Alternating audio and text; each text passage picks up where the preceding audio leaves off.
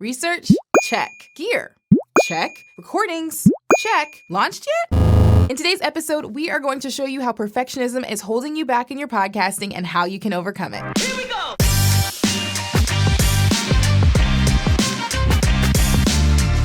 Perfectionism, loosely defined, is the pursuit of flawlessness or perfection. The problem is that pursuit of perfection leads many people to never launch their podcasts, and many podcasters end up burnt out in pursuit of building and creating the most perfect podcast episode. In today's video, we are going to give you 5 tips to overcoming perfectionism in your podcasting. Tip number 1, start. Imperfect action is better than no action. Many times on the front end of our podcasting journey, we're doing all of this research to ensure that we're ready, but really we're just trying to be mistake-proof. Getting started is the most important part of your journey. And get this, your journey will evolve as you move along, no matter where you start. There's no such thing as the perfect podcast or the perfect podcast launch. Now, there are essentials such as good sound, podcast hosting, and good cover art, but everything else can be tweaked along the way. If you've been planning to start your podcast and you haven't yet, get some accountability. Tell a friend or someone that you trust that you're wanting to start your podcast and have them hold you accountable. Then set a hard launch date and do not shy away from it. You can always watch another tutorial or take another class later, but you absolutely have to start. If you never start, your voice will be forever missing from the conversation. Tip number 2, embrace mistakes. Much of perfectionism is about exerting control so that we don't make mistakes, so that people don't see us as failures. But that's a lot of pressure for a human. You are human, right? Anyway, mistakes are how we learn, and there's no way to avoid them. We really have to begin to see mistakes as a rite of passage in our quest to creating great content. For example, if you find a flaw in your audio or a typo in your show notes, that's an oops moment. Just make the adjustment, make the correction, and move on. A lot of times we can get caught up in those things, but overanalyzing and over-editing will slow you down, if not completely stop you. Just know for next time, you could put extra eyes on the show notes to catch any typos, or you could practice a little more to not have those flubs. But the big thing is you acknowledge your oops, you make an adjustment, and then you just move on.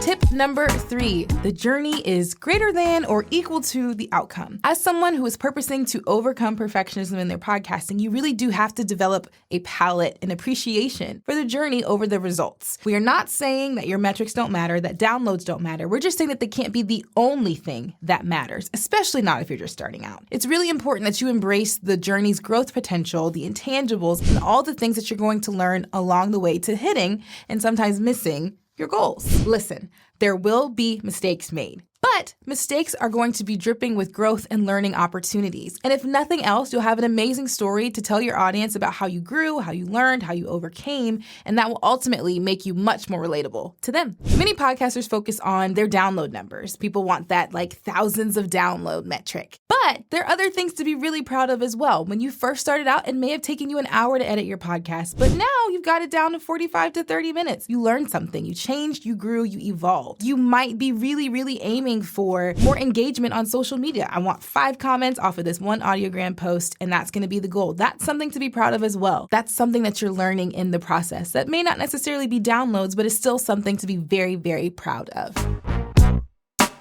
Tip number 4, set realistic goals. Setting realistic goals helps us minimize the pressure we put on ourselves by chasing those perfect ideals that we often end up exhausted and ragged from. You may not be able to edit out every or the neighbor's dog barking in the background before you push out that episode.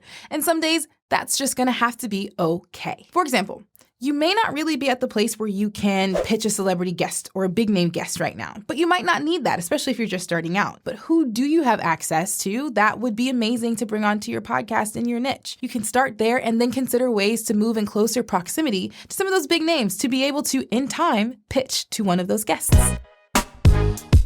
Tip number 5 is all about focusing on the positives. Did you launch your podcast, make it past the 7th episode, book that guest, monetize? Whatever the milestone is, celebrate. With perfectionism, it is so easy to get caught up in all the things you haven't accomplished and your mishaps, but it is healthy and important to highlight the wins and the positives of your journey for the longevity of your podcasting career. Celebrating what is going well will invigorate you and refresh you to continue making the amazing content that your audience loves. Perfectionism does not need to be a part of your podcasting journey. You can be an amazing podcaster and not be perfect, which is great news. If you want to know more about ways to measure a successful podcast, check out this video Botter did about 3 ways to measure podcast success. Thanks for watching, and as always, keep podcasting.